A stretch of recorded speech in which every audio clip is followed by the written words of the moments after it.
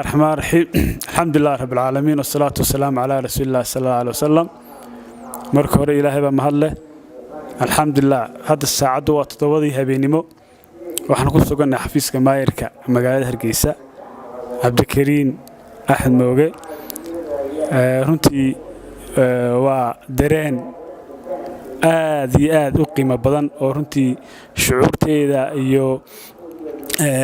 aad ula qiirooday baan ugu yimi hadda oo saacadu 7 habeenimo tahay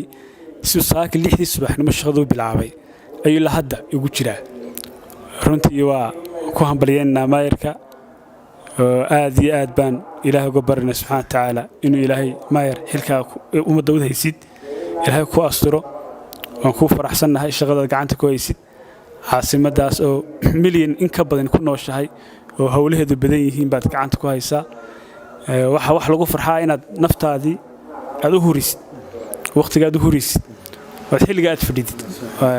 intii lagu baahnaa intii xaq lagu lahaa wax ka badan sacrifice badan inaad dalkaaga iyo dadkaaga aad siisid waan ku faraxsanahay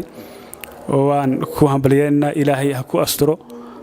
golaha wakiilada wixii kaaga xidhanna shuruucana oo kula shaqeynaa insha Allah hormood baan noqon doonaa inaan kala hawlgalno dhamaantayba iyo xildhibaanada kaleba ee qarankaba inay wixii hawla kaaga xidhan kaaga hawlgalno adigana waxa kaaga baranay inuu ilaahay xilkaad haysid ku asturo sida wanaagsan aad ummadaada ugu adeegsidna ilaahay ku asturo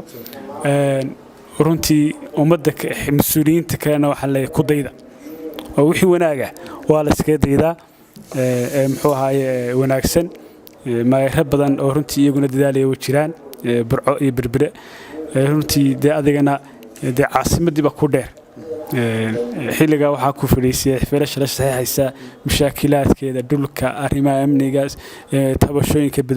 dadweynaha dhammaan karamayno marka runtii maanta waxaan xalan ku yimaadaan runtii ku hambalyeeno inaad every day halka ka kacdid every night ilaahayna ku garab galo oo kula shaqeynaa garab taaganahay shakhsiyan anigu meer walba